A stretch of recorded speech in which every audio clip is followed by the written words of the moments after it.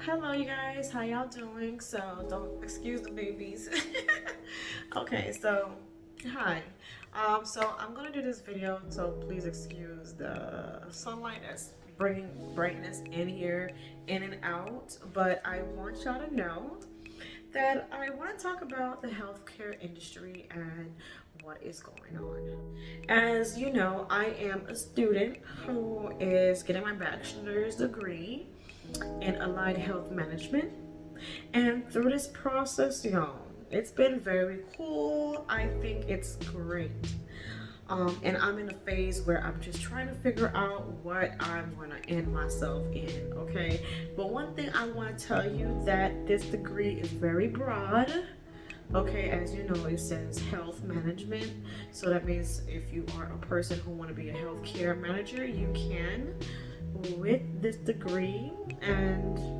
But you really have to build yourself up, climb up the ladder from small, like low level, I mean entry job levels. I started off working as a customer service representative for a healthcare insurance company, and it was the product was Medicaid. So I always spoke with Medicaid patients, members, however you want to call them. Let's just phrase it as members. Patients, members. Well, let's say members, okay? So, just to make y'all clear of what I'm saying, okay? So, this is what's going on. So, I learned in this field that you have to build yourself up and you have to promote yourself, and it doesn't really matter about, well, it depends where you want to work at, but some places it really doesn't matter about the degree. But in the healthcare field, yes, certifications are very important and licenses are very important. And my goal is to finish this program and earn my diploma, my degree, and a license, which I'm trying to figure out what that license is, but it's a license to basically work in a provider's office, a doctor's office. That's the goal. And yeah, so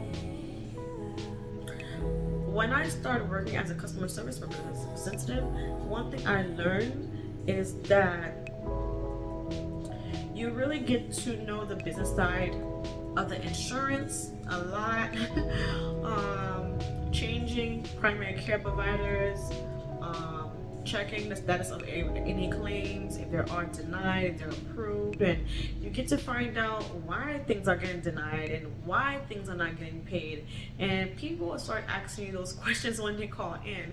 And as an individual who's working in that field, I learned so many things of why things get denied and why things get hard when members have to get prescriptions at pharmacies, and what's stopping them, and what Medicaid does accept and what does not accept, and the limitations of medications, and certain things certain people want to get them 2 times in a year, and some prescriptions you can't get them more than 365 days, or you can only get it only 1 time in 365 days.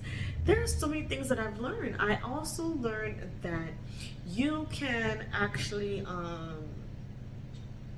if someone doesn't speak English properly, they can actually schedule an interpreter to go with them to a doctor's appointment. I didn't know that that was even possible until I worked at this company. The insurance field, the industry has so much to offer you guys that I was wondering, how did I not know these things? I can use what I learned and apply it in my life and make sure my parents get the advantage of their insurance, and there's money you can earn through your insurance. You get rewards in your insurance. And I was like, whoa.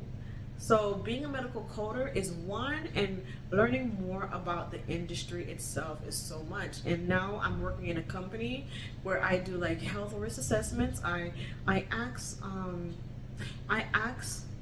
members that enroll in their insurance questions, and it's a yearly assessment that they have to complete, and it's mandated by the government. And It's just yes or no questions, so it was really simple. I just sit there and ask some questions, and calls come in. But I am enjoying this adventure. It pays a little bit more than what I was doing as a customer service rep. I don't know if it's because it was through a third party company. That's why I got low pay, but it was worth it because that 1 year of working there really made me have the opportunity to work where I am working now. And hopefully, in that industry where I work at, I hope I can end up being like a manager, hopefully, or a lead, help other people, but in a team. But it's very cool. I really didn't know that there are jobs out there in the healthcare field that you can do without working in a hospital. Like, you literally do not have to work in a hospital. You don't have to work with patients. You don't have to be on a bedside. You could just be at home at your comfort and work and, do the back office, like the business part of healthcare. You can be a medical biller, you can be a medical transcriptionist, which I don't want to because I don't really like their pays. I don't know how that goes, but I don't want to do it because it's a lot of medical terminology you have to know to transcribe what the doctors are saying, but I don't want to go through that process.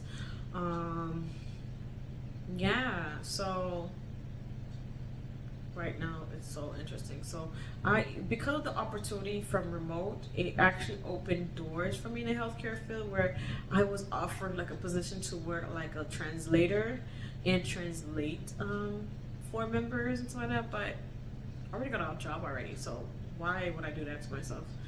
um yeah, I want to thank you guys for actually coming to my channel and subscribing and watching my adventure. But there is so much more to offer.